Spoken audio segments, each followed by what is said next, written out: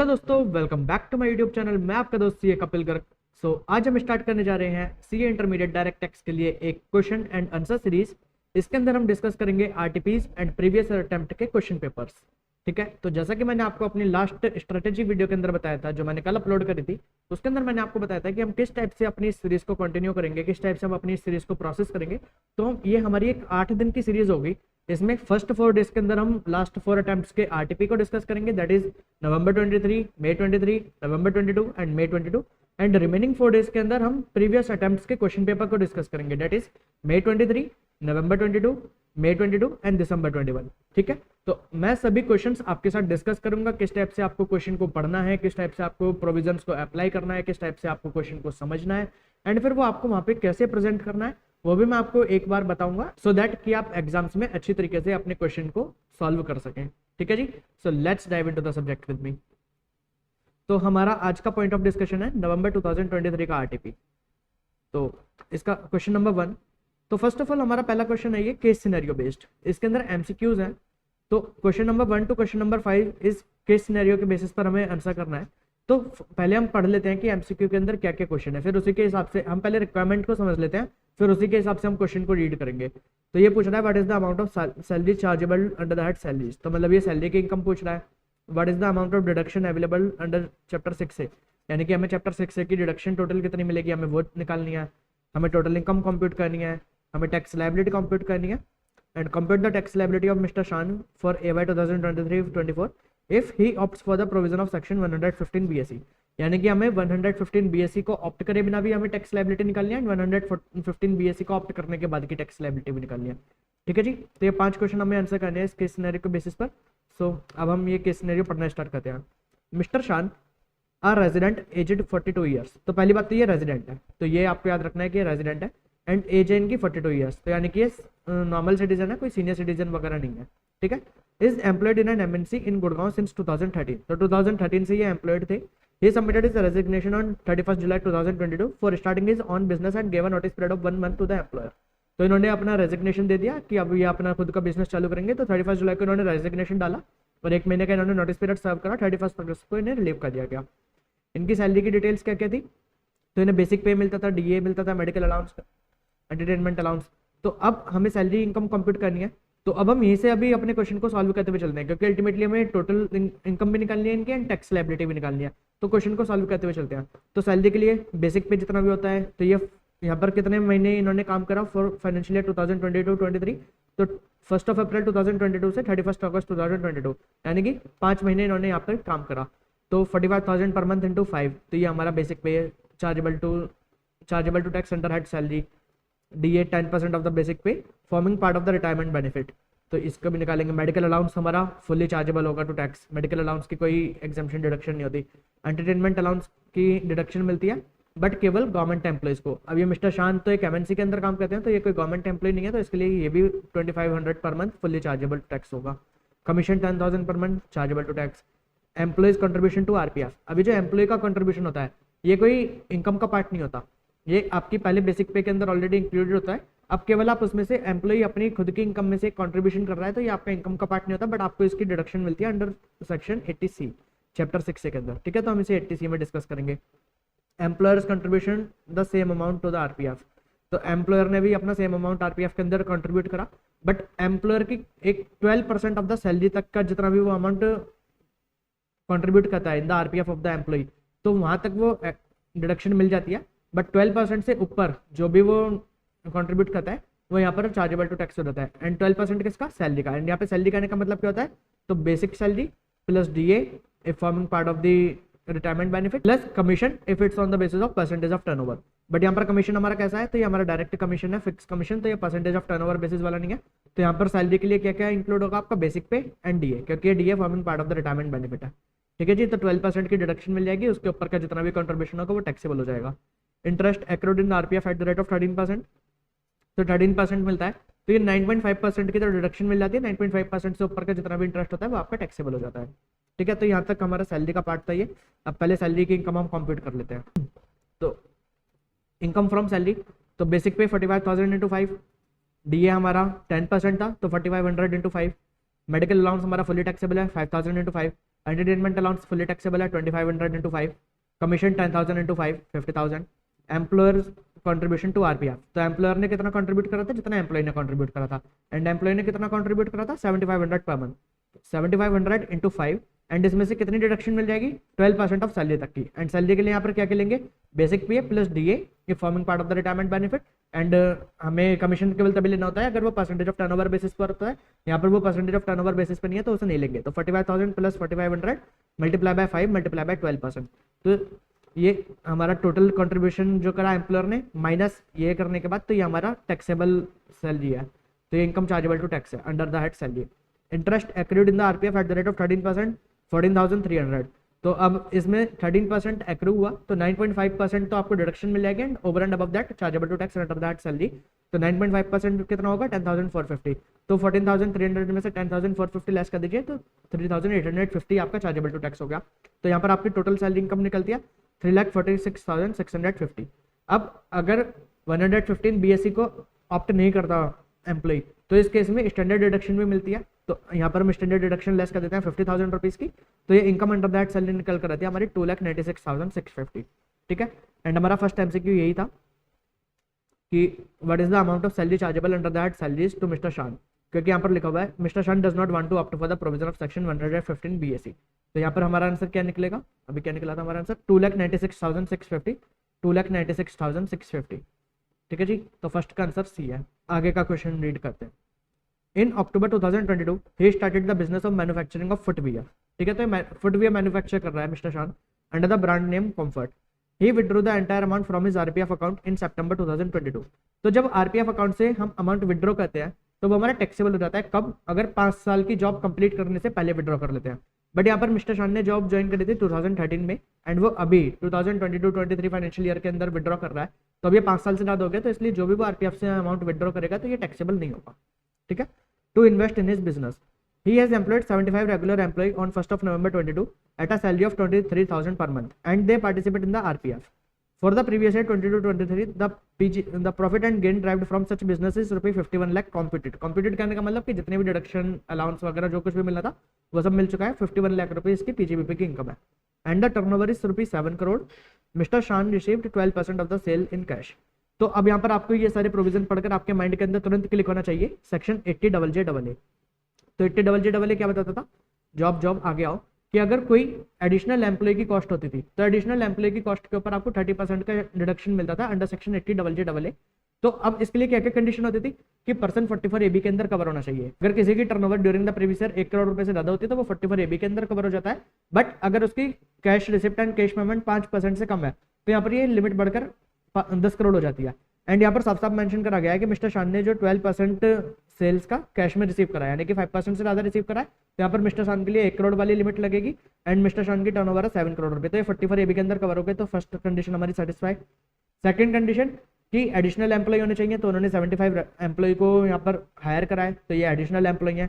Salary 25,000 per month से ज़्यादा नहीं होनी चाहिए, तो यहाँ पे एम्प्लॉयज की सैलरी 23,000 पर मंथ है, तो ये भी हमारी कंडीशन सेटिस्फाई होगी। एंड फोर्थ कंडीशन कि एम्प्लॉय आरपीएफ के अंदर कंट्रीब्यूट करते होने चाहिए, यानी कि वो रेगुलर एम्प्लॉय होने चाहिए, कोई कैजुअल वर्कर नहीं, तो ये आरपीएफ के अंदर पार्टिसिपेट करते हैं। तो इसके लिए यहाँ पर हमारी सभी कंडीशन सेटिस्फाई हो जाती है, एंड यहाँ पर 80JJAA हमें मिलेगा। ठीक है जी, एंड 80JJAA हमें दोनों सर्कमस्टांसेस में मिलता है, चाहे आप 115 BSc न्यू रिजीम को ऑप्ट करें, चाहे आप न्यू रिजीम को ऑप्ट नहीं करें, 80JJAA आपको दोनों सर्कमस्टांसेस में अलाउ होता है। ठीक है, On 1st of December 2022, he purchased a house property for ₹90 lakh for self-occupation by taking a loan of ₹45 lakh at the rate of 10%. On the same day, he has paid stamp duty of ₹6,25,000 on the purchase of such house property.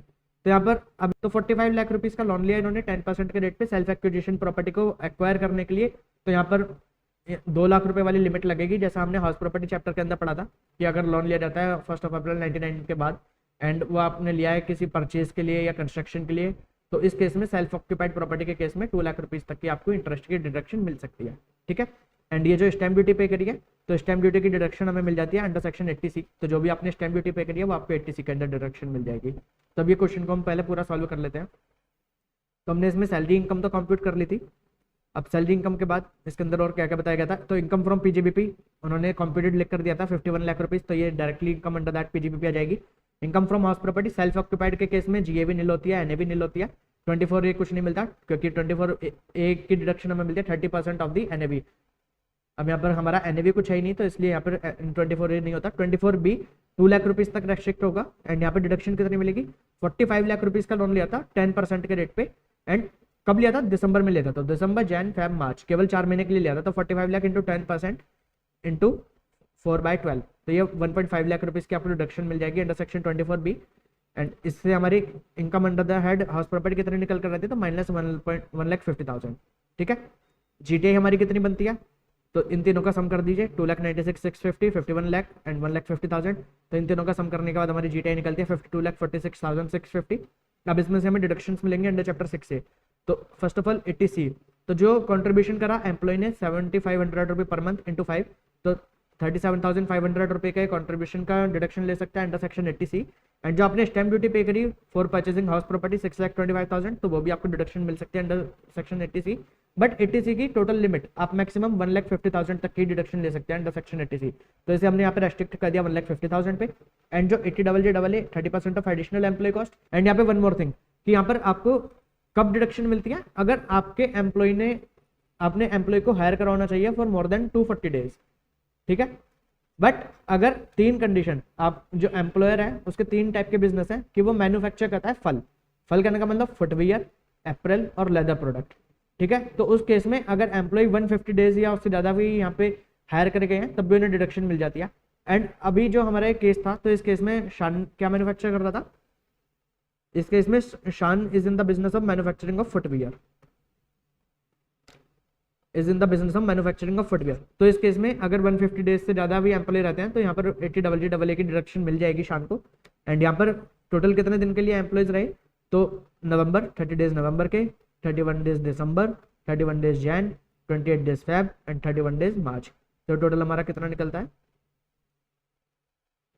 150, तो 151 days यहाँ पे employ को higher करा गया, तो इस case में 80JJAA की डिडक्शन शान को मिल जाएगी। ठीक है, तो इसलिए किस टाइप से हमें निकालनी है एडिशनल एम्प्लॉय कॉस्ट, तो 23,000 उनकी सैलरी इंटू 75 एम्प्लॉयज थे, 5 मंथ्स के लिए उन्हें हायर करा गया था, तो ये उनकी सैलरी कॉस्ट है उसका 30%, तो 25,87,500। तो अब से हमारी टोटल डिडक्शन कितनी निकलती है, तो इन दोनों को प्लस करने के बाद 27,37,500, तो उससे हमारी टोटल इनकम जीटीआई में से डिडक्शंस को लेस कर दीजिए, तो 25,09,150 ये आपकी टोटल इनकम निकलती है। आपका सेकंड क्वेश्चन यही था कि टोटल इनकम कितनी है। What is the amount of deduction available to Mr. Shan under Chapter 6A for AY 2023-24?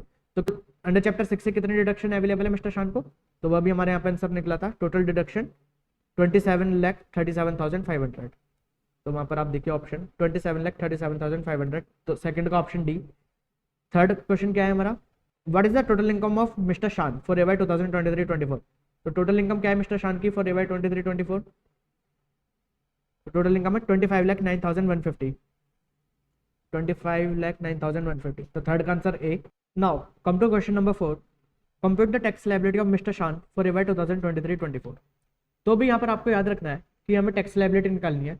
तो हमने पढ़ा था कि अगर कोई पर्सन अदर देन कंपनी अगर सेक्शन 10AA या चैप्टर 6A की हेडिंग सी की डिडक्शन लेता है या फिर स्पेसिफाइड बिजनेस की डिडक्शन लेता है, तो उसके केस में अगर उसकी adjusted total income 20 lakh rupees से ज़्यादा होती है तो उस पर AMT के प्रोविजन से अप्लाई जाते हैं। एंड यहाँ पर टैक्स लायबिलिटी किस हिसाब से निकलेगी, जो आपकी tax liability as per the normal provision और tax liability as per the AMT, तो इन दोनों में से विचएवर इज हायर, तो वो आपकी यहाँ पर टैक्स लायबिलिटी होगी for the respective assessment year. हमारे इस केस के अंदर एसएससी यानी कि मिस्टर शान 80JJAA की डिडक्शन क्लेम कर रहा है। 80JJAA की डिडक्शन यानी कि चैप्टर 6A की हेडिंग सी की डिडक्शन क्लेम कर रहा है। इंटरमीडिएट लेवल पे केवल 3 डिडक्शन हमें पढ़नी होती है, 80 QQB, 80 RRB एंड 80 JJAA। तो ये चैप्टर 6A की हेडिंग सी की डिडक्शन है। तो यहाँ पर एसएससी क्योंकि चैप्टर 6A की हेडिंग सी की डिडक्शन क्लेम कर रहा है, तो इस पर AMT के प्रोविजन भी हमें एक बार टेस्ट करने होंगे। तो अभी हम सोल्यूशन देखते हैं।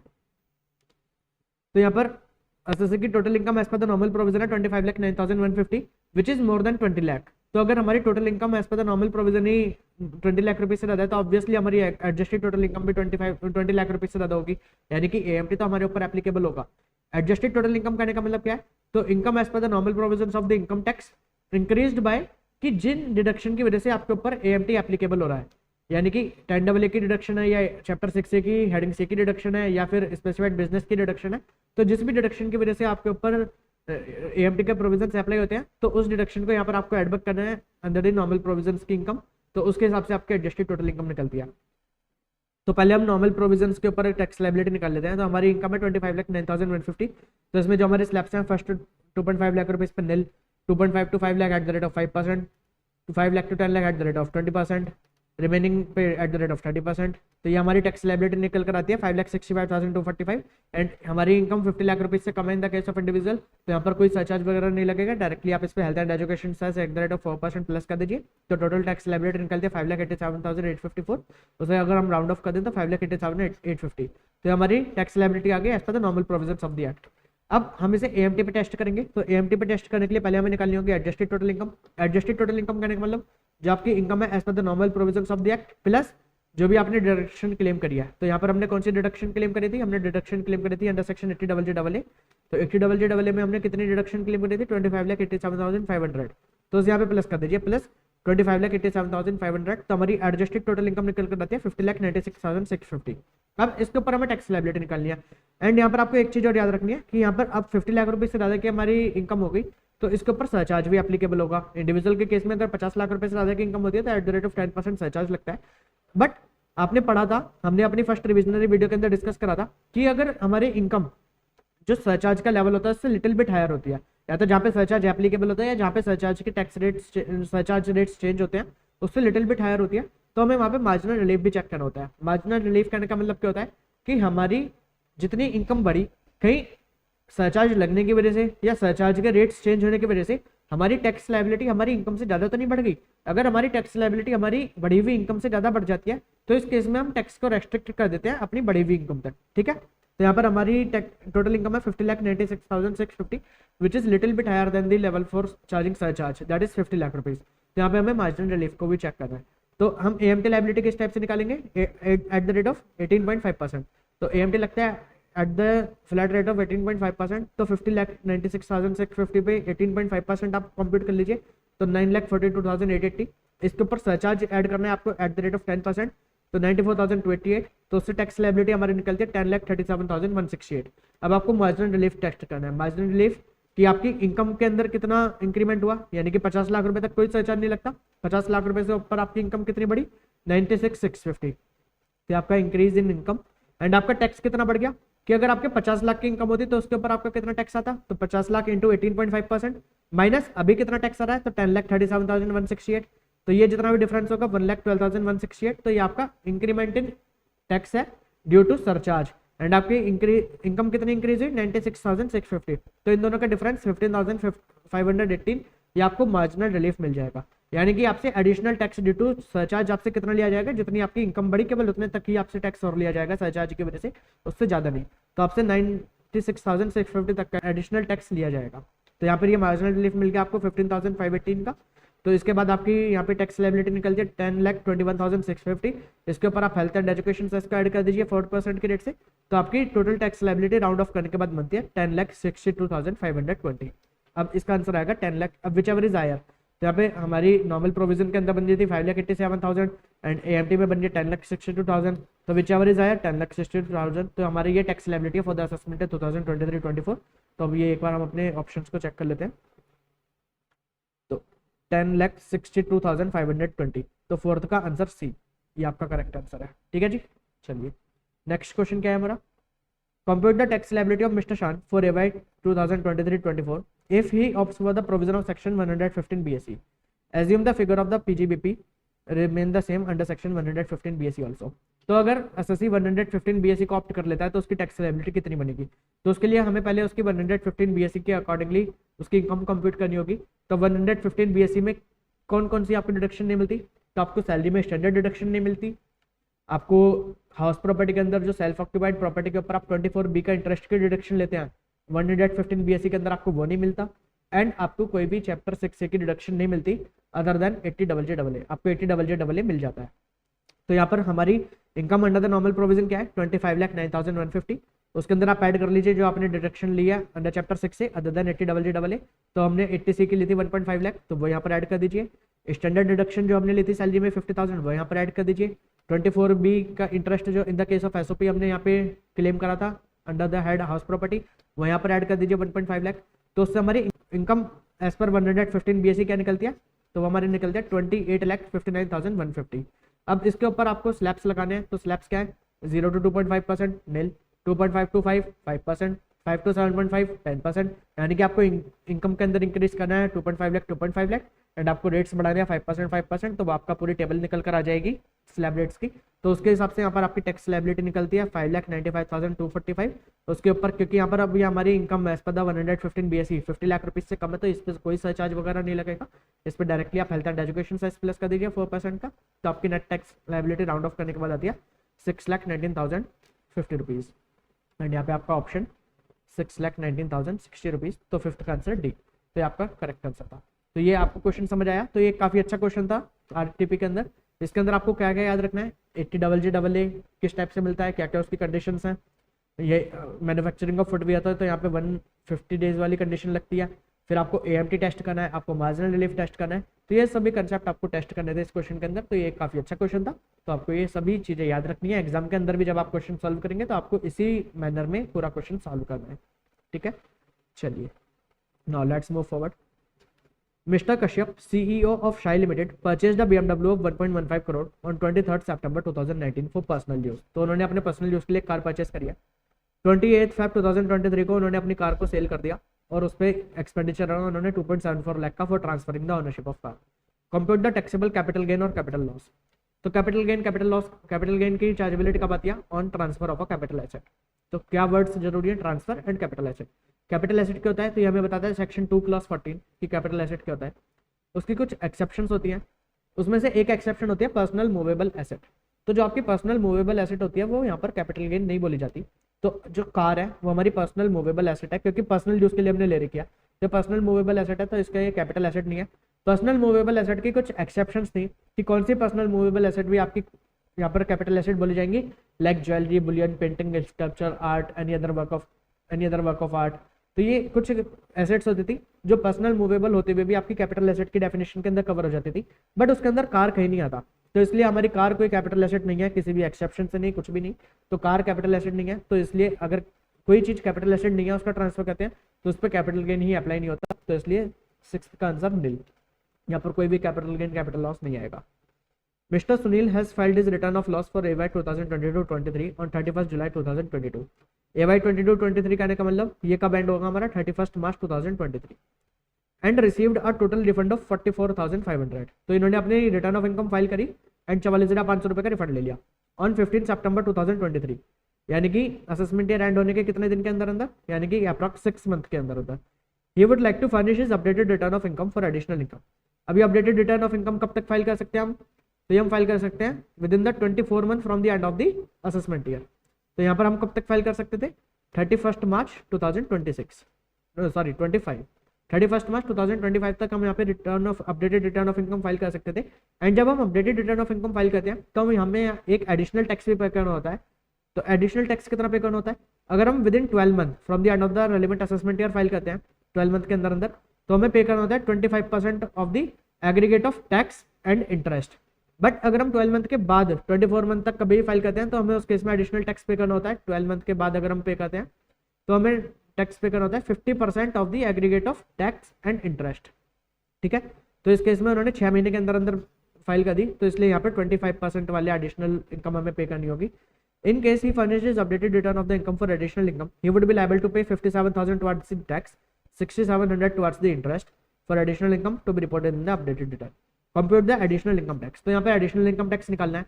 तो क्या होता है एडिशनल इनकम टैक्स के लिए, तो आपको अभी कितना टैक्स पे करना पड़ रहा है, 57,000 प्लस कितना इंटरेस्ट 6,700 प्लस आपने जो पहले रिफंड ले लिया था 44,500, अभी आपको ये भी वापस करना होगा तो प्लस 44,500। तो आपका टोटल बनता है 1,08,200। एंड आपने विद इन द 12 मंथ अपनी रिटर्न फाइल कर दिया अपडेटेड रिटर्न, तो इसलिए आपको इसका 25% यानी कि 25% 27,050 रुपीज़ आपको ये एडिशनल इनकम टैक्स पे करना होगा, ठीक है। तो 7th का answer A. Question number 8, XYZ Limited is engaged in manufacture of mobile phones with a brand name Just Say. There are 5 dealers in the Delhi and Mumbai to sell Just Say mobile phones.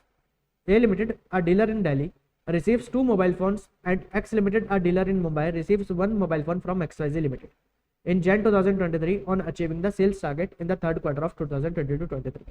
The manufacturing cost of each such mobile is 15,000 while the MRP is 25,000. The price charged from the customer for such mobile phone is after providing 22% discount on the MRP. Is XYZ Limited liable to deduct tax at source before giving the mobile phone to A Limited and X Limited, and if yes, how much? तो ये question पढ़ते ही आपके mind में click होना चाहिए section 194R। 194R हमें क्या बताता था कि अगर कोई भी पर्सन अपने बिजनेस और प्रोफेशन के रिलेटेड कोई परक्विजिट या कोई अदर बेनिफिट किसी को देता है एंड उसका सम होता है ग्रेटर देन 20,000 रुपीज, तो उस केस में यहाँ पर उसे टीडीएस डिडक्ट करना होता है एट द रेट ऑफ 10%।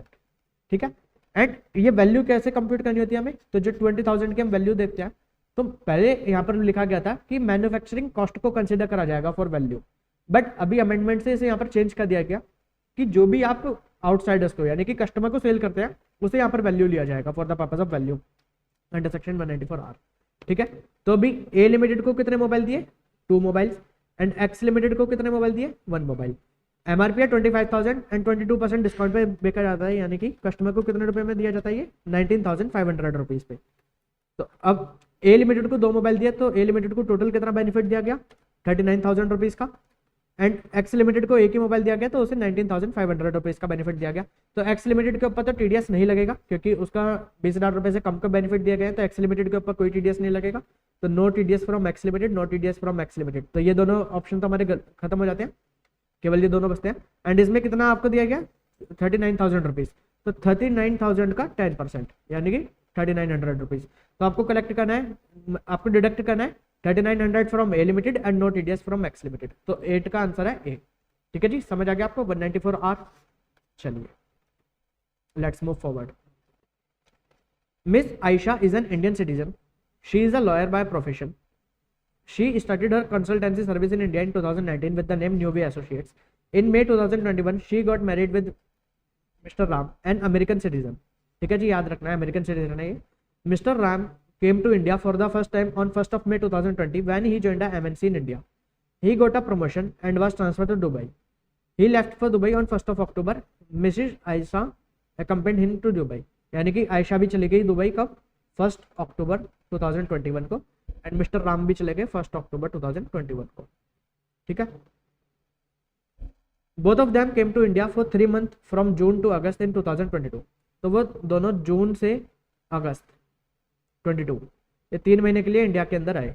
ठीक है, तो कितने दिन, 30 दिन जून, 31 दिन जुलाई एंड 31 दिन अगस्त, तो कितना हुआ 92 डेज के लिए वो इंडिया के अंदर आए in 2022 to spend time with Ayesha's family. Following incomes were earned by the Mr. Ram and Mrs. Aisha during the previous year 2022-23। तो ये भी क्या क्या इनकम है देखेंगे। Determine the residential status of Mr. Ram and Mrs. Aisha and their total income for assessment year 2023-24 ignoring the provision of section 115 BSc। तो हमें 115 BSc को इग्नोर करना है, तो पहले हमें इन दोनों का रेजिडेंशियल स्टेटस निकालना है। तो मिसेज आयशा एक इंडियन सिटीजन है एंड अब वो इंडिया से बाहर चली गई एंड अब वो इंडिया आई है केवल विजिट पर्पज से। तो जब कोई इंडियन सिटीजन इंडिया के बाहर जाता है फिर वो इंडिया आते हैं केवल विजिट पर्पज से, तो यहाँ पर हमें रेजिडेंशियल स्टेटस चेक करने के लिए 2 कंडीशन होती है। पहली कंडीशन हमें चेक करना होता है कि उसका stay in India during the previous year should be greater then 182 days.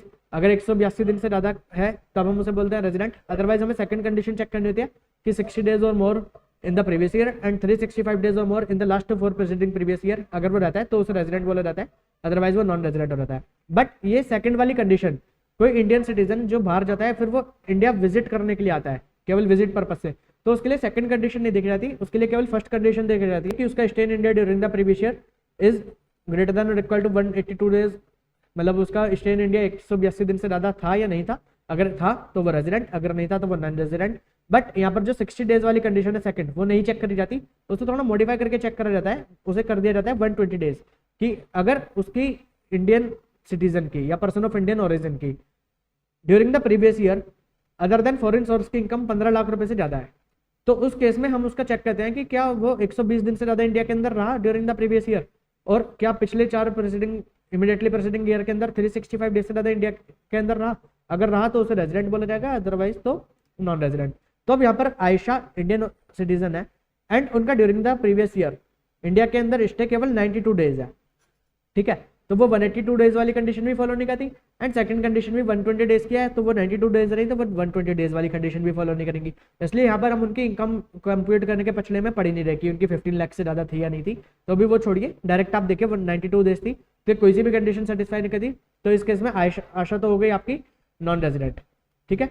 And अब सेकंड आते हैं मिस्टर राम के ऊपर। तो राम क्या है, राम एक अमेरिकन सिटीजन है, वो इंडियन सिटीजन नहीं है, वो अमेरिकन सिटीजन है। तो अमेरिकन सिटीजन के लिए ये वाला कंसेप्ट एप्लीकेबल नहीं होता। तो अमेरिकन सिटीजन अब विजिट के लिए आए हैं, तो उनके ऊपर दोनों कंडीशन हमें चेक करनी है कि पहले तो 182 दिन वाली वो कंडीशन वो फुलफिल नहीं करते, तो दूसरी कंडीशन 60 डेज वाली। अब 60 डेज वाली कंडीशन वो फुलफिल करते हैं क्योंकि उनका स्टे इन इंडिया 92 डेज था ड्यूरिंग द प्रीवियस ईयर, तो अब वो रेजिडेंट बन गए। अब हमें चेक करना है कि weather he is resident and ordinary resident और RNOR, मतलब वो ROR है या RNOR है। तो ROR कहने के लिए क्या कंडीशन सेटिस्फाई करनी होती है कि उनका during the last 7 preceding previous year उनका stay in India should be greater than or equal to 730 days, and वो लास्ट 10 इमीडिएटली प्रेसिडेंट प्रीवियस ईयर में से किसी 2 प्रीवियस ईयर के लिए वो रेजिडेंट इन इंडिया होने चाहिए। बट यहाँ पर मिस्टर राम का अब हमें चेक करना है stay in India in the last 7 president previous year कितना था। तो वो फर्स्ट टाइम कब आए थे, Ram came to India for the first time in 1 May 2020, and वो कब गए थे 1 October 2021। तो May 20 से 1 October 2021 तक कितना टाइम हुआ ये आपका, तो यहाँ पे टोटल 519 डेज के लिए इंडिया के अंदर रहे, तो ये 730 डेज से कम इंडिया के अंदर रहे, तो इसलिए ये भी ROR नहीं है, ये RNOR है। अब NR के लिए कौन सी इनकम चार्जेबल टू टैक्स होती है इंडिया के अंदर, केवल वही इनकम विच ही रिसीव्ड और डीम टू बी रिसीव और एक्री और deem to be एक्री or arise in India, केवल वो वाली इनकम इंडिया के अंदर चार्जेबल टू टैक्स होती है।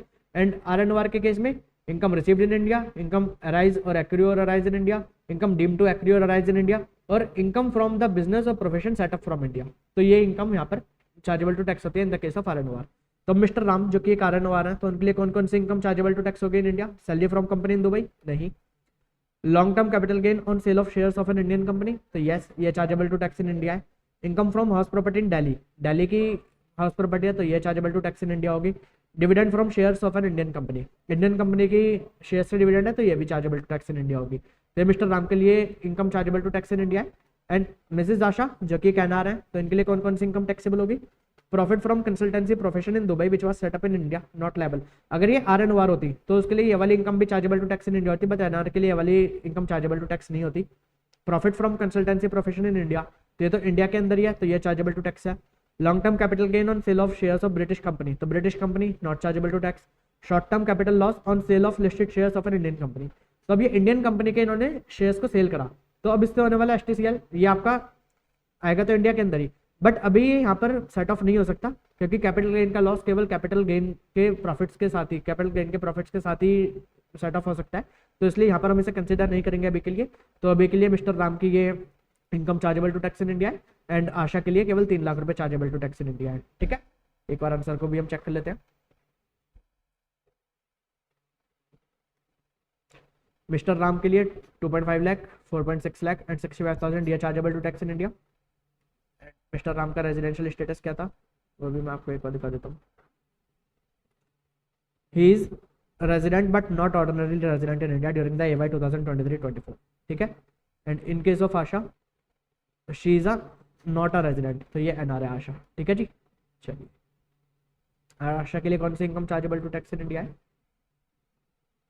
3 लाख रुपीज वाली, केवल ये 3 lakh rupees chargeable to tax in India होगा आशा के केस में, और कोई इनकम उसकी यहाँ पर चार्जेबल टू टैक्स नहीं होगी। Next question, explain with reason whether the following statement are correct incorrect with regard to the provision of income tax act 1961।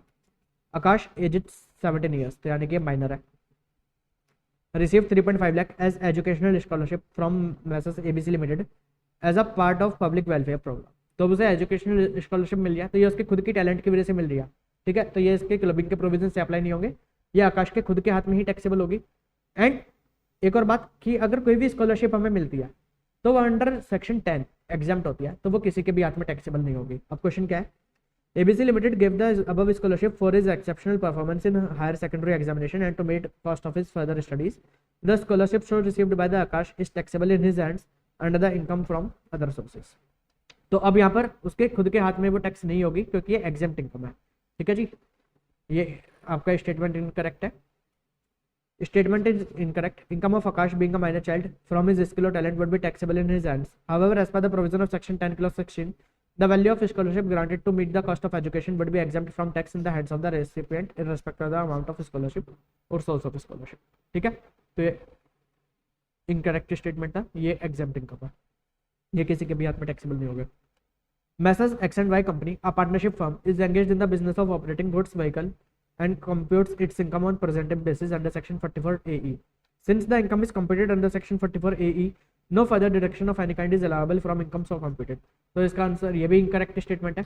44 AD and 44 ADA business and profession के case में आपको कोई deduction और नहीं मिलती, partnership के केस में भी.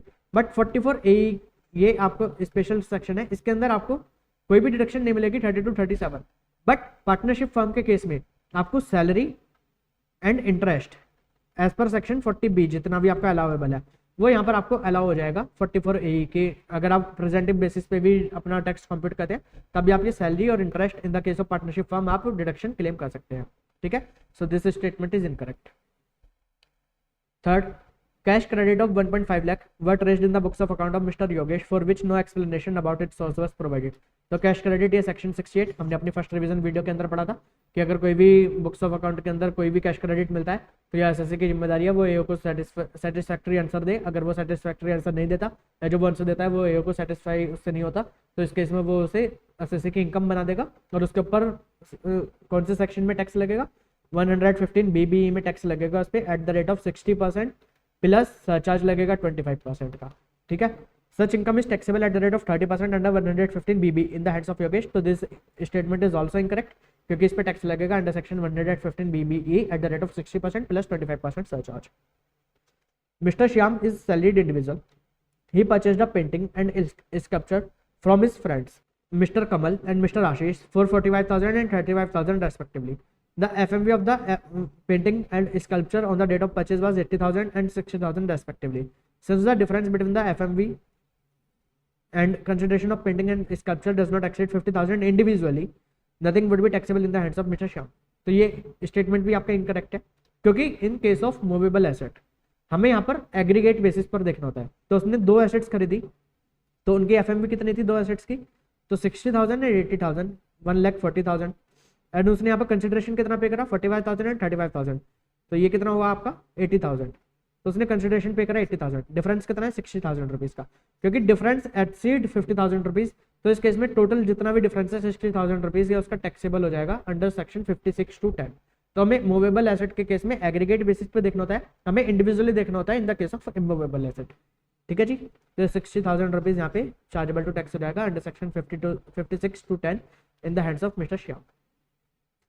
AB Light LLP consist of 2 working partner. तो दोनों वर्किंग पार्टनर हैं. ठीक है, mister Anand mister Bhim with 60% and 40% share respectively. As per the partnership deed they are eligible for interest on capital at the rate of 15%. तो partnership deed 15% बोलती है but section 40 subsection B बोलता है maximum 12% on their capital contribution of 15 lakh each and remuneration of 50,000 per month to Anand and 40,000 per month to Bhim. तो remuneration के लिए partnership deed कुछ भी बोलती हो बट 40B बोलता है कि फर्स्ट 3 लाख रुपीज़ अगर book profit first 3 lakh rupees पे आपको 90% एंड अगर आपका बुक प्रॉफिट 3 लाख रुपए से ज़्यादा है तो जो 3 लाख रुपए से ज़्यादा है उसके ऊपर 60% मैक्सिमम इतना रेम्यूनरेशन आपको अलाउ होगा.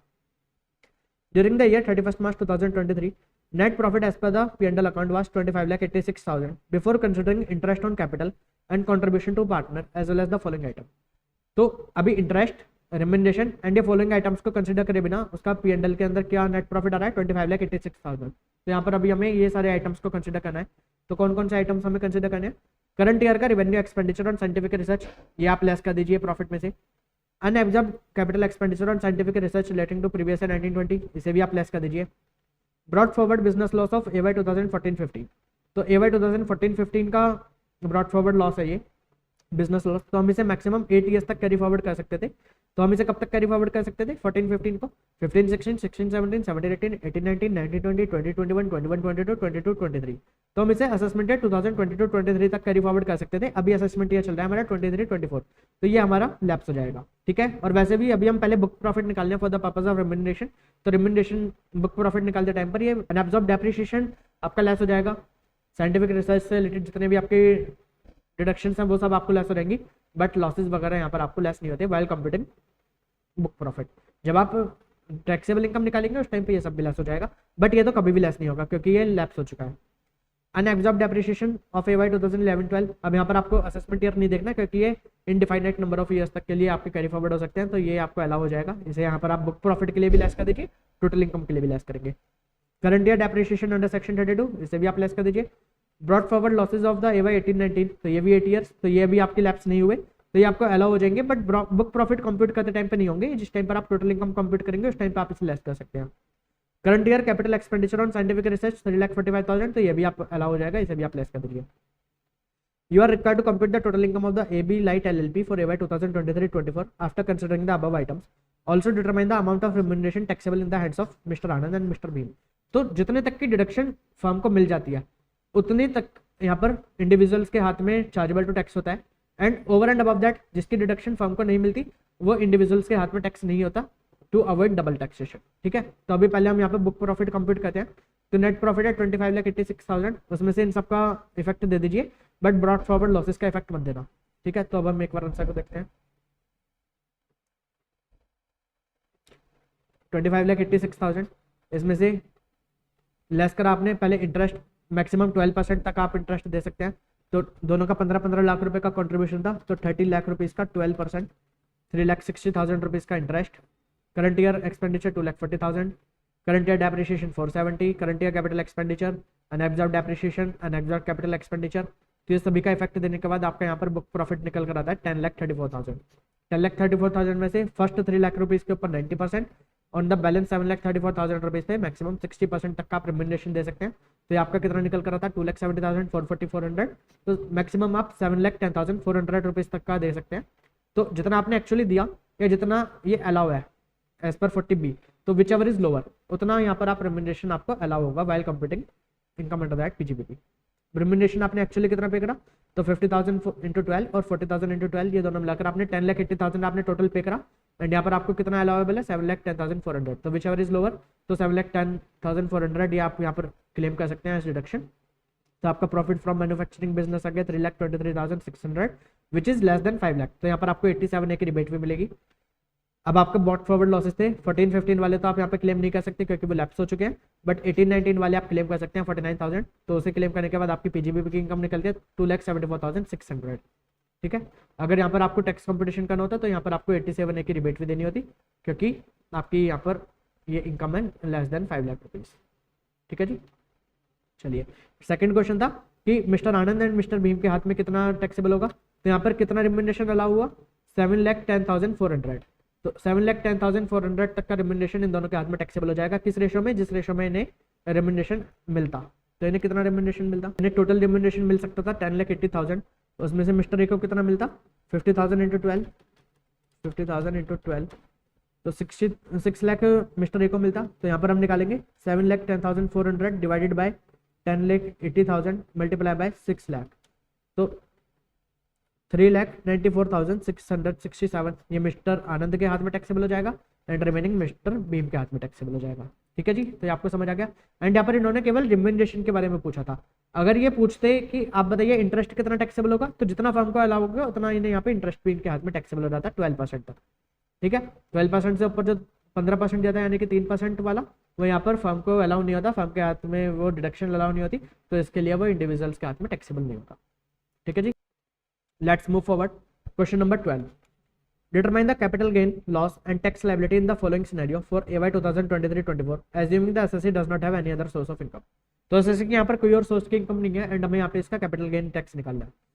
On 12th December 2022 1200 shares of X Limited, a listed company, are sold by Mr. Vishal, a non-resident, यहाँ पर आपको ये याद रखना है नॉन रेजिडेंट है ये, at the rate of 1,550 per share, and STT was paid at the time of sale of shares. These shares were acquired by him on 25th May 2017 at the rate of 425 per share by paying STT at the time of purchase.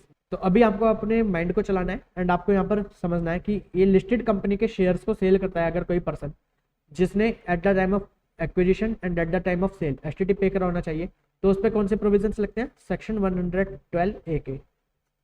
ठीक है, ये क्या बोलता है कि आपका जो भी कैपिटल गेन है उस पर एट द रेट ऑफ 10% के हिसाब से आप पे टैक्स लगेगा इन एक्सेस ऑफ रुपये 1 लाख, तो 1 लाख रुपीज़ तक तो आपका एग्जाम्पशन, एंड 1 लाख रुपीज़ से ऊपर का जो भी है तो उसके ऊपर आपको 10% का टैक्स देना है। ठीक है, बट यहाँ पर ये शेयर्स एक्वायर करे गए हैं 25 मई 2017 यानी कि बिफोर 1 Feb 2018।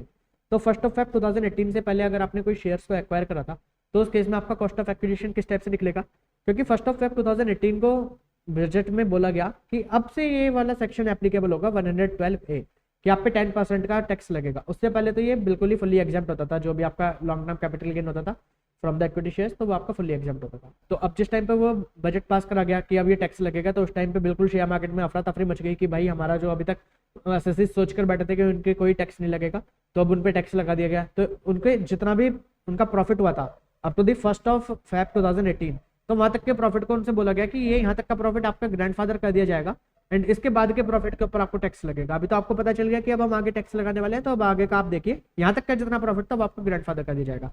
तो उसके लिए यहाँ पर किस से कॉस्ट ऑफ एक्विजिशन हमें कंप्यूट करनी होती है, तो हमें कॉस्ट ऑफ एक्विजिशन कंप्यूट करनी होती है। पहले हमें निकालना होता है lower of FMV as on 31 Jan 2018 and actual sale price, जो भी आपका एक्चुअल सेल प्राइस है, इन दोनों का लोअर, एंड फिर इसे हमें कंपेयर करना होता है किससे, जो आपकी एक्चुअल कॉस्ट ऑफ एक्विजिशन थी, एंड इन दोनों का विच एवर इज हायर। ठीक है, तो यहाँ पर हमारी पहले हमें निकालनी है एफएमवी एज ऑन 31 Jan 2018। तो एफएमवी एज ऑन 31 Jan 2018 क्या होता है, हाईएस्ट ट्रेडिंग प्राइस। तो जो भी आपका हाईएस्ट ट्रेडिंग, यहाँ पर आपको एवरेज नहीं लेना, लोवेस्ट नहीं लेना, जो आपका हाईएस्ट है तो वो यहाँ पर आपकी एफएमवी मानी जाएगी। तो 680 हो गया आपका एफएमवी एज ऑन 31 Jan 2018। तो 680 आपका एक्चुअल सेलिंग प्राइस क्या है 1550, तो इन दोनों का लोअर 680। अब इसे हमें किससे कंपेयर करना है, जो हमारा एक्चुअली कॉस्ट ऑफ एक्विजिशन थी यानी कि 425। अब इन दोनों का हायर यानी कि 680, तो आपकी कॉस्ट ऑफ एक्विजिशन हो गई। तो आपने देखा यहाँ पे जो आपकी 31 Jan 2018 को एफएमवी थी वहां तक ये ग्रैंडफादर कर दिया गया कि अब 680 से ऊपर के प्राइस पर केवल टैक्स चार्ज करा जाएगा। तो 680 हो गया आपकी कॉस्ट ऑफ एक्विजिशन। तो अब ये इन दोनों का जो गैप है वो आपका कैपिटल गेन बन जाएगा। ठीक है, एंड आपको पता होना चाहिए कि ये लिस्टेड शेयर्स के केस में कभी नहीं लॉन्ग टर्म बोला जाता है अगर इनका period of holding greater than 12 month होता है। एंड यहाँ पे पीरियड ऑफ होल्डिंग हमारा ग्रेटर देन 12 मंथ है, क्योंकि 2017 में परचेस करे थे, 22 में सेल कर रहे हैं। तो ये एलटीसीजी हमारा एसटीटी पेड वाला, तो इस पे 112A के प्रोविजंस लग जाएंगे। कॉस्ट ऑफ एक्विजिशन के स्टेप्स निकलेगी वो भी मैंने आपको समझा दिया। ठीक है, चलिए अब एक बार सॉल्यूशन को देख लेते हैं। तो long term capital gain on transfer of 1200 shares of X limited taxable under section 112A at the rate of 10% on amount exceeding 1 lakh. Full value of consideration आपका 1200 इंटू 1550, ये आपकी full value of consideration. Cost of acquisition तो पहले lower of निकालना है FMV, तो 1200 into 680, और जो आपका सेलिंग प्राइस है सेल कंसिडरेशन 1550 पर शेयर, तो इन दोनों का लोअर 680। फिर उसे आपको कंपेयर करना है कॉस्ट ऑफ एक्विजिशन से, एक्चुअल कॉस्ट ऑफ एक्विजिशन से 450 से, तो विच एवर इज हायर 680। तो आपकी कॉस्ट ऑफ एक्विजिशन आएगी यहाँ पे 680 इंटू 1200 8,60,000। तो ये लेस करने के बाद आपका यहाँ पे लॉन्ग टर्म कैपिटल गेन निकल कर आता है 10,44,000।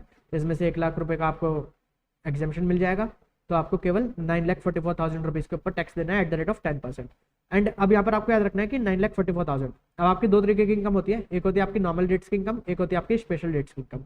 एंड जो आपको बेनिफिट मिलता है बेसिक एग्जाम्पशन लिमिट का, वो आपको स्पेशल डेट्स की इनकम के लिए भी मिलता रहता है। मतलब जो आपकी स्पेशल डेट की इनकम है, यहाँ पर आपकी कोई और नॉर्मल डेट की इनकम तो है ही नहीं, जीरो। तो आपका टोटल जितना भी अनएग्जॉस्टेड बैलेंस है 2,50,000 रुपये, 3 lakh, 5 lakh as the case में भी, तो वो आप यहाँ पर स्पेशल डेट्स की इनकम के लिए भी यूज कर सकते हैं, but only in the case of resident. अभी यहाँ पर जो हमारा क्वेश्चन में बताया गया था कि इंडिविजुअल हमारा नॉन रेजिडेंट है, तो नॉन रेजिडेंट ये बेनिफिट नहीं ले सकता, अगर रेजिडेंट होता है तो वो ये बेनिफिट ले सकता है। तो इस केस में यहाँ पे कोई भी बेसिक एग्जाम्पशन लिमिट को माइनस नहीं करा गया, और 9,44,000 पे डायरेक्टली 10% के रेट से आपको टैक्स पे करना है 94,400 plus health and education cess, तो ये आपकी टोटल टैक्स लायबिलिटी निकलती है। ठीक है जी, mister Vishal is a non resident, benefit of unexhausted basic exemption limit would not be available to him. Okay, चलिए next question. Mr. Kabir, a resident aged 45 years, is the owner of the residential house which was purchased on 1st of August 20 for 19 lakh. He sold the said house on 25th September 22 for 24 lakh 50,000. Valuation as per the stamp valuation authorities is 25 lakh 50,000 as on the date of sale. तो अब यहाँ पर आपको पहली बात तो ये हमें चेक करना है कि ये हमारा यहाँ पर लॉन्ग टर्म है या शॉर्ट टर्म है। तो लैंड एंड बिल्डिंग के केस में लॉन्ग टर्म कब होता है, अगर पीरियड ऑफ होल्डिंग होता है greater than 24 month.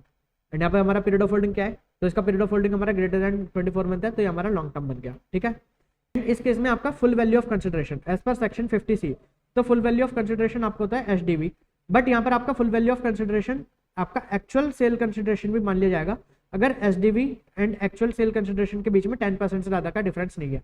If SDV is less then 110% of the actual sale price, actual sale consideration, तो उस केस में आपकी एक्चुअल सेल कंसिडरेशन को मान लिया जाएगा आपका फुल वैल्यू ऑफ कंसिडरेशन। तो यहाँ पर आपका एक्चुअल सेल कंसिडरेशन क्या है 24,50,000 एंड इसका 110% कितना होगा 26,95,000।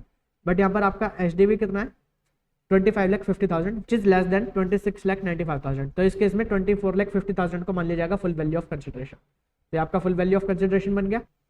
एंड कॉस्ट ऑफ एक्विजिशन, तो कॉस्ट ऑफ एक्विजिशन आपकी 19 लाख रुपीज है एंड क्योंकि लॉन्ग टर्म है तो इस केस में आपको यहाँ पे इसका इंडेक्सेशन भी करना होगा। तो इंडेक्सेशन किस टाइप से करना होगा, तो ये एक बार हम चलते हैं आंसर पे। तो यहाँ पर full value of consideration, actual consideration since stamp duty value does not exceed 110%, तो 24,50,000 इंडेक्स कॉस्ट ऑफ एक्विजिशन, तो जो आपका कॉस्ट ऑफ एक्विजिशन है मल्टीप्लाई बाय आपको CII of the year of transfer and CII of the year of purchase.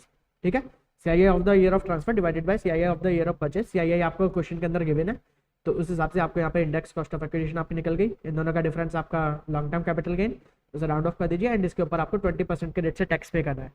And यहाँ पर जो ये हमारा SSC था, इस केस में मिस्टर कबीर ये रेजिडेंट थे, तो अब रेजिडेंट के केस में वो बेसिक एग्जेम्पशन लिमिट का ही बेनिफिट ले सकते हैं।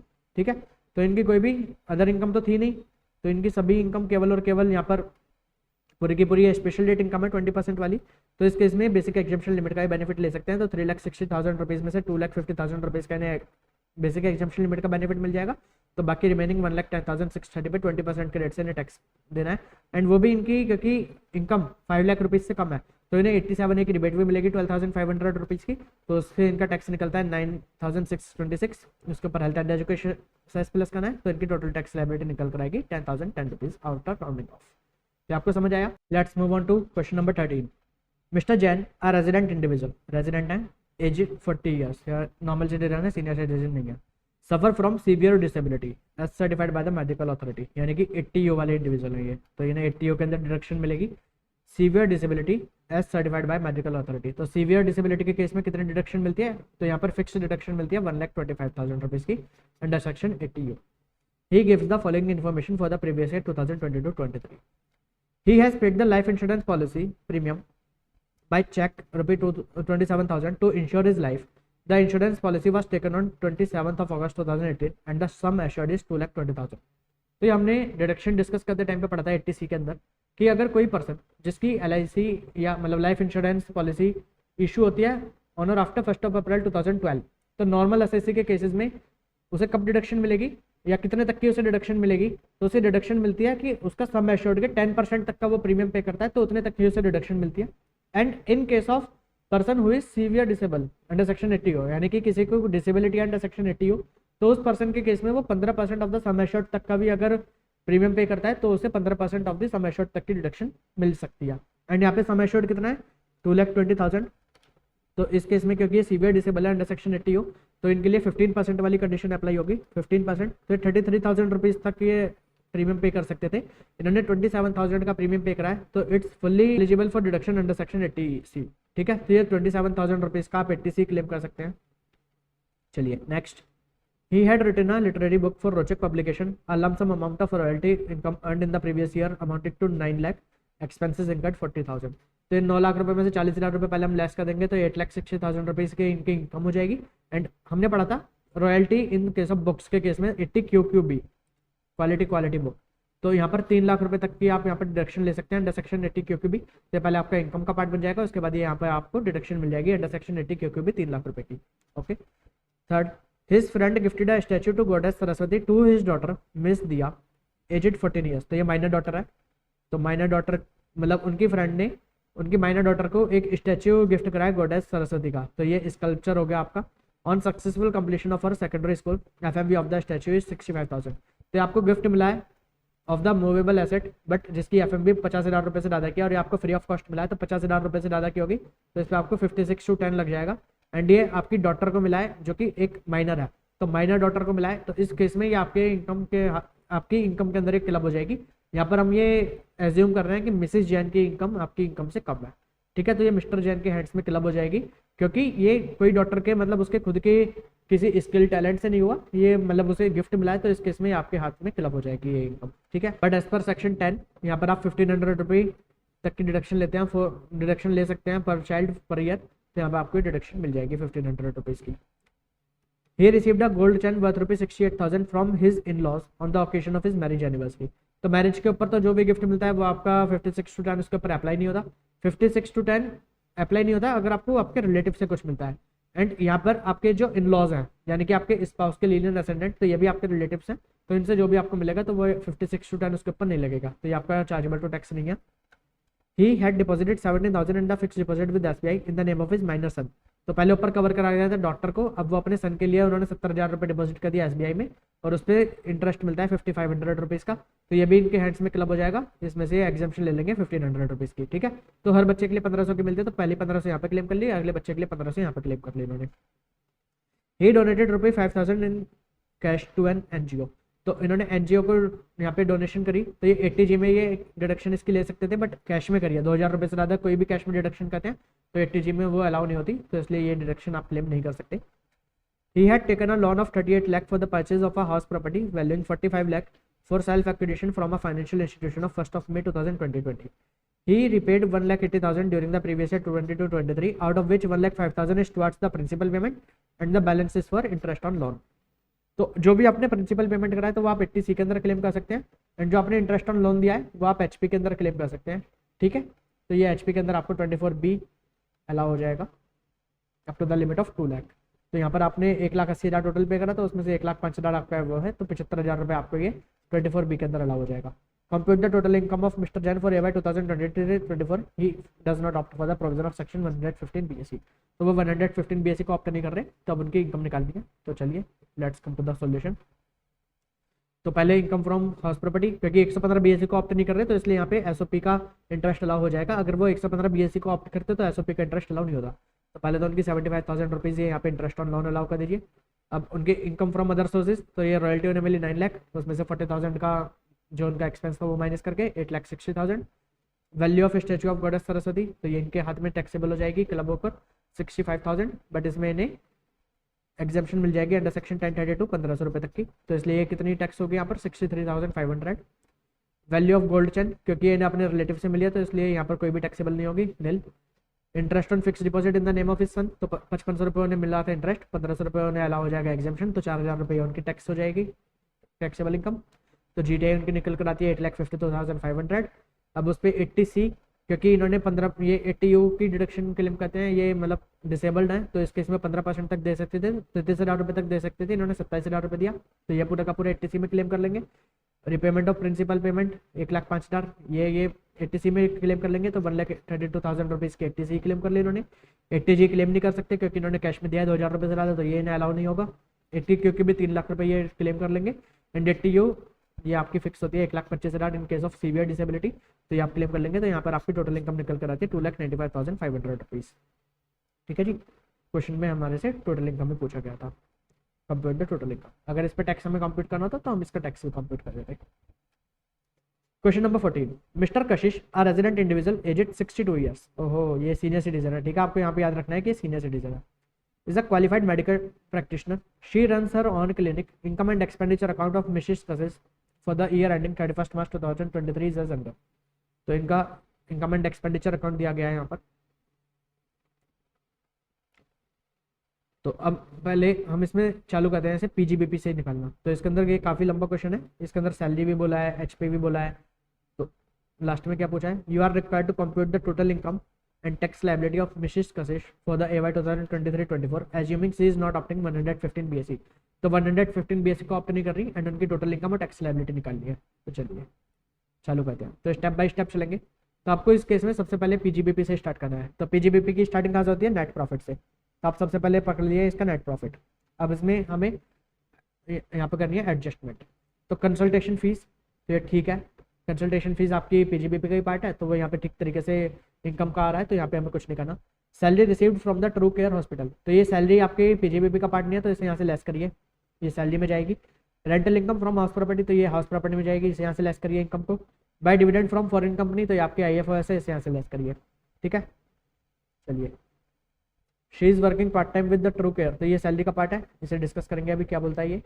She on the residential house the reconstruction of the, ये HP का पार्ट है, इसे भी डिस्कस करेंगे। पहले PGBP को कंप्लीट कर लेते हैं।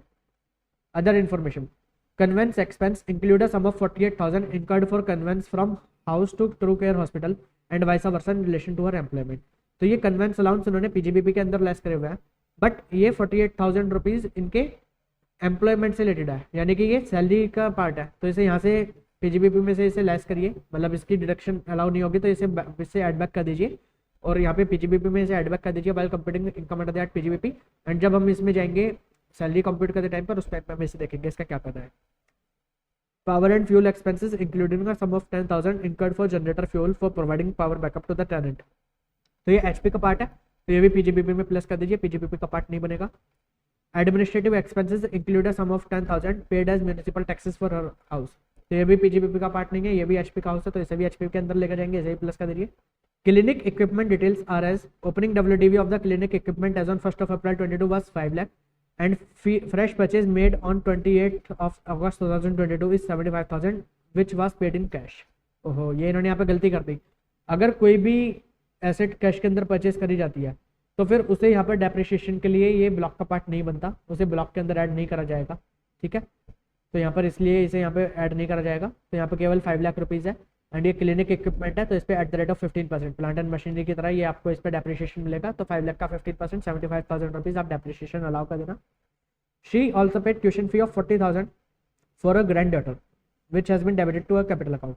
तो इन्होंने ग्रैंड डॉटर की education fee tuition fee pay करी है। यहाँ पर इस केस में 80C क्लेम नहीं कर सकती, क्योंकि 80C बोलता है अगर आप अपने चाइल्ड के लिए क्लेम करते हैं, चाइल्ड की ट्यूशन फी पे करते हैं। ग्रैंड डॉटर की ट्यूशन फी 80C के अंदर नहीं आती, तो यहाँ पर 80C नहीं मिलेगी। एंड इन्होंने अपने कैपिटल अकाउंट से दिया, तो इसलिए यहाँ पर इसका कोई इनकम एंड एक्सपेंडिचर अकाउंट से भी कोई एडजस्टमेंट नहीं करना। She availed a loan of 25 lakh from the bank for higher education of her son. She repaid principal of 3 lakh and interest of 1,50,000 during the previous year 2022-23। तो उन्होंने अपने बच्चे की पढ़ाई के लिए, अपने बेटे की पढ़ाई के लिए यहाँ पर लोन लिया है। तो ये अब हमारा 80E के अंदर चला जाएगा। एंड 80E के अंदर आपने जो भी आपने इंटरेस्ट पे करा है 1,56,000 रुपीज़, या आप 80E के अंदर डिडक्शन क्लेम कर सकते हैं, बट जो आपने रीपेमेंट करा है लोन का उसकी यहाँ पे कोई डिडक्शन नहीं होती, ठीक है। तो केवल हाउस प्रॉपर्टी के केस में अगर आप लोन की रीपेमेंट करते हैं तो आप 80C के अंदर डिडक्शन क्लेम कर सकते हैं, बट यहाँ पर कोई आपको डिडक्शन नहीं अलाउ होती, ठीक है। तो ये हमारा पीजीबीपी का पार्ट कंप्लीट हो गया। तो पहले पीजीबीपी की इनकम कंप्लीट कर लेते हैं। चलिए, first come to PGBP. Net profit 55,34,000, ये देखिए आपके यहाँ से आ रहा है 55,34,000। अब इसके अंदर आपको क्या क्या माइनस करना है, इनकम में क्या क्या नहीं आएगा। तो 10,80,000, 2,40,000 एंड 60,000 ये आपको लेस करना है। तो less items of income to be treated separately under the respective head 10,80,000, 2,40,000, 60,000, ये आपने तीनों को यहाँ पे लेस कर दिया। ये आपका निकल कर आता है 41,54,000। अब इसके अंदर से आपको अलाउेबल एक्सपेंडिचर्स को लेस करना है, तो आपको डेप्रिसिएशन मिलेगा 5 लाख रुपीज़ के ऊपर 15% के रेट से 75,000। एडिशनल 75,000 के ऊपर क्यों नहीं मिलेगा, since payment was made in cash and hence it was not form part of actual cost, क्योंकि आपने कैश के अंदर पेमेंट करी थी, तो यहाँ पर आपको यहाँ अलाउ नहीं होगा, ये एक्चुअल कॉस्ट का पार्ट नहीं बनेगा। Items of expenditure not allowable while computing business income, तो ये आ जाते हैं एक बार इसके ऊपर। यहाँ पे सैलरी टू स्टाफ ये ठीक है। एडमिनिस्ट्रेटिव एक्सपेंस जो नीचे एडजस्टमेंट बताई गई थी वो आपको इफेक्ट देना है। रेंट टू क्लिनिक ठीक है, पीजीबीपी के लिए आपका अलाउेबल है। कन्वेंस एक्सपेंसेस ठीक है, अलाउेबल है after giving effect to the जो हमने नीचे एडजस्टमेंट पड़ी थी। Power and fuel allowable. Interest on housing loan, तो हाउसिंग लोन के ऊपर जो इंटरेस्ट दिया तो ये आपका एचपी के अंदर कवर होगा, इसे यहाँ से ये आपने लेस करा हुआ तो इसे एड बैक कर दीजिए। इंटरेस्ट ऑन एजुकेशन लोन ये यहाँ पे आपने लेस करा हुआ है, इसे एड बैक कर दीजिए, क्योंकि ये आपको डिडक्शन मिलेगी बाद में, ये पीजीबीपी कंप्यूट करते टाइम पे नहीं आएगा। To amount paid to scientific research association ये ठीक है, ये आपका पीजीबीपी का पार्ट है, ठीक है। तो यहाँ पे आपने 2,20,000 एड बैक करा। Interest on education loss add back करा। Conveyance expenses in relation to her employment ये आपको सैलरी के अंदर देखना है अभी क्या होगा, यहाँ पर एड बैक कर दिया। पावर एंड फ्यूल एक्सपेंसेस यहाँ पे एड बैक करने हैं। म्यूनिसिपल टैक्सेस यहाँ पर एड बैक करने हैं। तो ये सब एड बैक करने के बाद आपकी पीजीबीपी की इनकम निकल कर आती है 45,23,000, ठीक है। Now come to salary. तो सैलरी में आपकी बेसिक पे क्या है 85,000 एंड ट्रांसपोर्ट अलाउंस 5,000, तो आपका 90,000 रुपये पर मंथ का बेसिक पे है। एंड यहाँ पर कुछ भी इस टाइप से नहीं बताया गया कि ये कोई डीफ है, हैंडीकैप्ड है, तो इसलिए ये ट्रांसपोर्ट अलाउंस भी आपका फुली टैक्सेबल हो जाएगा, ठीक है। तो कितना 90,000 रुपीज़ पर मंथ इंटू 12, तो ये हो गया आपका 10,80,000 रुपीज़ की salary. Further during the previous year 2022-23 her son had undergone a medical treatment in True care Hospital Private Limited, तो मतलब ये अपने एम्प्लॉयर के यही इसका सन का मेडिकल ट्रीटमेंट करवाया गया। The hospital would have charge the sum of ₹1,60,000 for similar treatment to unrelated patient, तो अब ये यहाँ पर इसके लिए परक्विजिट नहीं बनेगा, क्योंकि हमने पढ़ा था कि अगर एम्प्लॉयर अपने खुद के ही हॉस्पिटल के अंदर उसको एम्प्लॉय को या एम्प्लॉय के रिलेटिव को कोई ट्रीटमेंट देता है तो वो परक्विजिट का पार्ट नहीं बनता। अब ये ट्रू केयर हॉस्पिटल एम्प्लॉय के सन को यहाँ पर मेडिकल ट्रीटमेंट दे रहा है अपने खुद के हॉस्पिटल में फ्री ऑफ कॉस्ट, तो ये यहाँ पर कोई भी परक्विजिट नहीं बनेगा। तो इसलिए यहाँ पे सैलरी की इनकम कितनी होगी, तो 90,000 इंटू 12 10,80,000। तो चलते हैं सैलरी की इनकम पे, income under the head salary.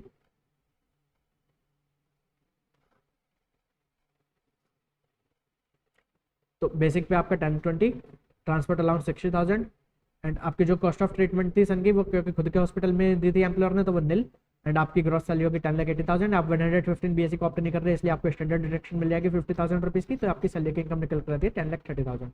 Now income from house property, तो आपका ये फर्स्ट कंप्लीट हो गया। अब सेकंड पे चलते हैं। She owns a residential house, the reconstruction of the house was started on 1st of April 22 and was completed on 30th September 22. After reconstruction, ground floor of the house is self-occupied by her, while first floor has been rented out since 1st of October 2022. Both the floors are of equal area. तो उसने अपने house को reconstruct करा है, यहाँ पर याद रखना रिकंस्ट्रक्शन करा है, एंड वो भी एक फर्स्ट फ्लोर बनाया है एक ग्राउंड फ्लोर बनाया है, एंड उसमें से एक फ्लोर पे वो खुद रहती है, एक फ्लोर को उसने रेंटेड आउट कर दिया, दोनों फ्लोर इक्वल एरिया के हैं। Monthly rent is 40,000। The tenant also pay 3,000 per month as power backup charges. She took a housing loan of 25 lakh for reconstruction on 1st of April 2022. Interest on the housing loan for period 1st of April 22 to 30 September 22 was 1,20,000 and for the period 1st October to 31st March is 1 lakh। तो हमें तो पूरे साल का देखना है, तो पूरे साल का हो गया 2,20,000 रुपए। During the year, she also paid municipal taxes for the financial year 21-22 5,000 and 22-23 5,000। तो 10,000 रुपए के म्यूनिसिपल टैक्सेस भी आपको अभी इसी साल में अलाउ होंगे, क्योंकि पेमेंट बेसिस पे अलाउ होते हैं।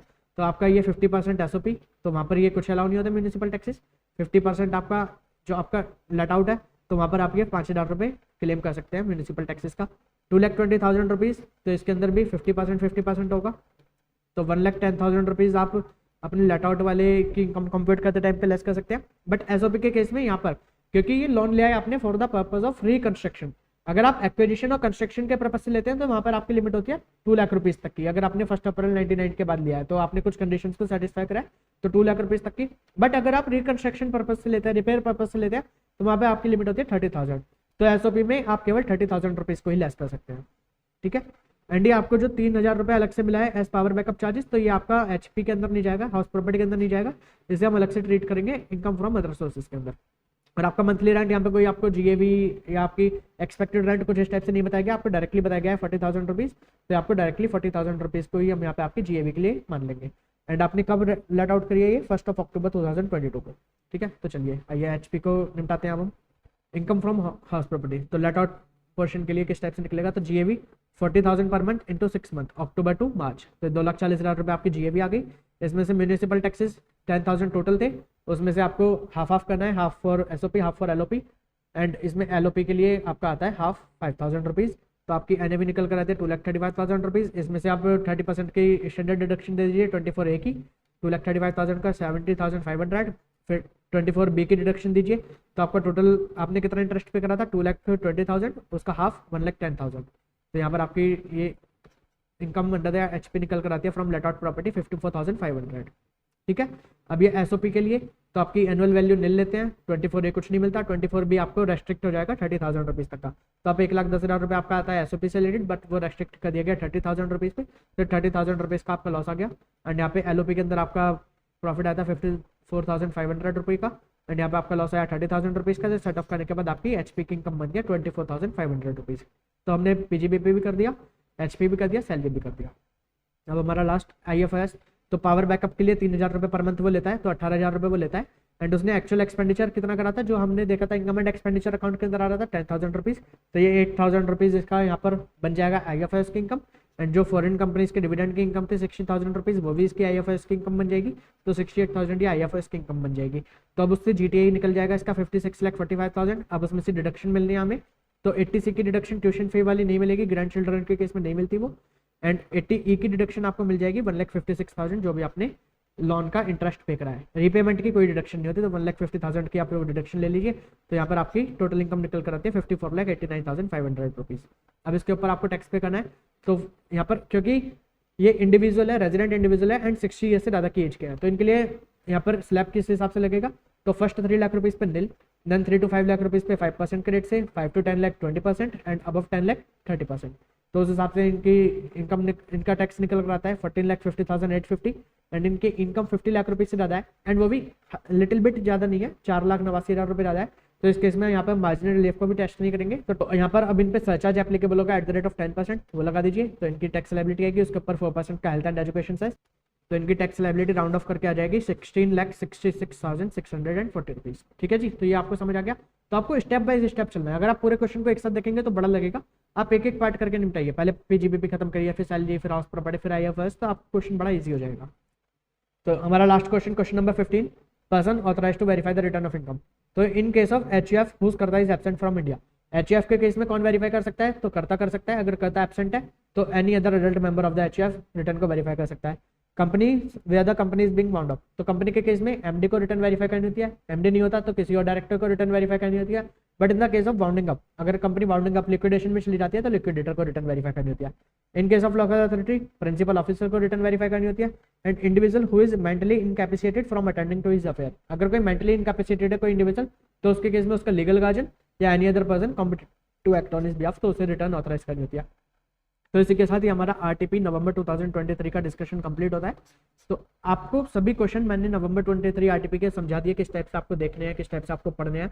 एंड मैंने आपको केवल यहाँ पर कुछ भी लिखकर नहीं बताया, मैंने आपको ऑडिट पर्पज से, ऑडिट बेसिस पर ही मैंने आपको पूरा का पूरा ये RTP सॉल्व करवाया है।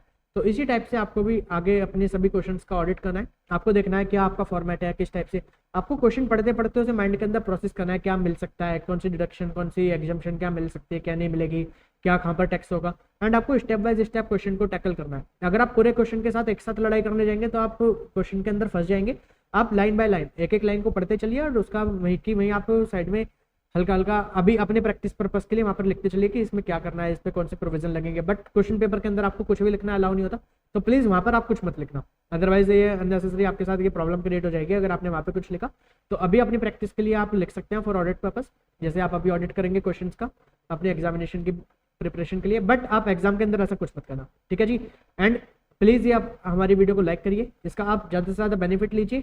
एंड आप भी बेनिफिट ले रहे हैं, आपके दोस्तों को भी इससे बेनिफिट होना चाहिए। So please share it with your friends also, अगर वो आपके सच्चे फ्रेंड्स हैं, आप उनसे चाहते हैं। क्योंकि अब देखिए, अगर मान लीजिए आप अकेले पास हो गए ये वीडियोस देखकर, आपका फ्रेंड रह गया, तो फिर आपको लाइफ में कोई मजा नहीं आएगा, क्योंकि जब आप फ्रेंड्स के साथ चलेंगे तभी आपकी लाइफ में मजा आएगा। बट हाँ, अगर मान लीजिए कोई आपका ऐसा फ्रेंड है कि आपको मतलब ठुकरा के मेरा प्यार मेरा इंतकाम देखेगी, अगर कोई ऐसा वाला सीन है कि भाई मैं उसे नहीं बताऊँ, मैं खुद पढ़ता रहूँ और फिर मैं उसे बाद में इंतकाम दिखाऊंगा, तो उस केस में ठीक है, इट्स एक्सेप्टेबल। तो फिर आप अगर ना भी बेचें तो भी ठीक है। ठीक है जी, जॉक्स अपार्ट। तो आप अपने फ्रेंड्स के साथ शेयर करिए एंड अच्छी तरीके से पढ़ते रहिए। अभी आने वाले आगे 7 दिनों के अंदर भी आपके लिए बाकी RTP and previous year question paper को मैं आपके साथ यहीं पे डिस्कस करूंगा। एंड अगर आपको कोई भी डाउट है इस क्वेश्चन पेपर के अंदर, कोई चीज़ अगर आपको समझ नहीं आई, तो प्लीज़ आप वो कमेंट सेक्शन के अंदर मेंशन कर दीजिए, मैं आपको कोशिश करूंगा कि मैं आपको रिप्लाई कर सकूँ। एंड अदरवाइज आप मेरे पर्सनल मोबाइल नंबर, मेरे व्हाट्सअप नंबर पर भी आप अपना क्वेश्चन भेज सकते हैं 9634679382। ठीक है जी। तो आप क्वेश्चन इस पे भी आपको अपने डाउट्स पूछ सकते हैं, या इससे अलग भी अगर आपको कोई डाउट्स हो तो वो भी आप पूछ सकते हैं। सो पढ़ते रहिए, स्टे कनेक्टेड, स्टे मोटिवेटेड, अच्छी तरीके से केवल अपनी पढ़ाई के ऊपर फोकस करिए, अपनी हेल्थ के ऊपर फोकस करिए एंड अच्छे फोकस्ड वे में पढ़ते रहिए। You will definitely rock in your exams. So that's all for the day from my side. Thank you, goodbye, signing of.